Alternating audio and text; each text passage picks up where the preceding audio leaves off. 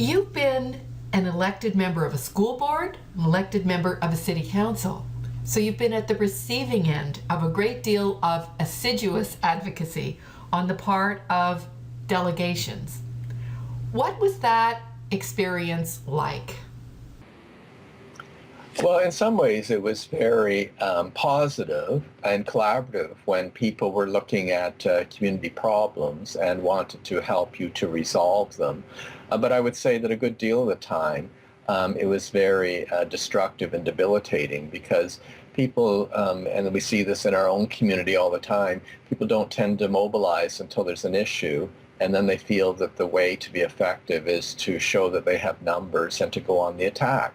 And so as a consequence, you're often attacked for positions you didn't espouse, for agendas you didn't agree with, for a basis of decision-making that was really foreign to you. So I think that where indeed, again, going back to what I said earlier, where people had a relationship with you, you tended to listen to them. You tended to be more supportive of them, particularly if they had supported your campaign, they'd worked on your campaign, they had collaborated with you previously, you had a relationship with them, they donated to your campaign, whatever. I'm not saying that you're buying access, but certainly you're creating a connection there, a reciprocity, if you will, that becomes fairly important. So I think that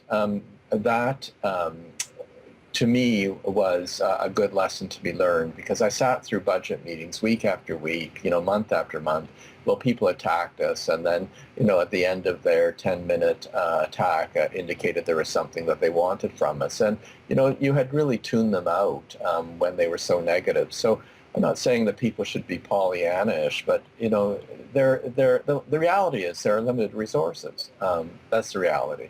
And so making the case for resources to be directed to your position is fine, but you need to recognize that means that the money's got to come from somewhere else. So you need to make sure that you're really fitting with the values of the person you're talking with, their priorities. You should know what they are. You should have done your homework, and you should be respectful. I think it goes back to the lessons from advocacy about connecting agendas, being respectful, and recognizing that people do things for their reasons, not necessarily yours. So I would say that it isn't the most positive thing in the world, but I also know that people who are very good politicians are people who like to campaign, generally speaking.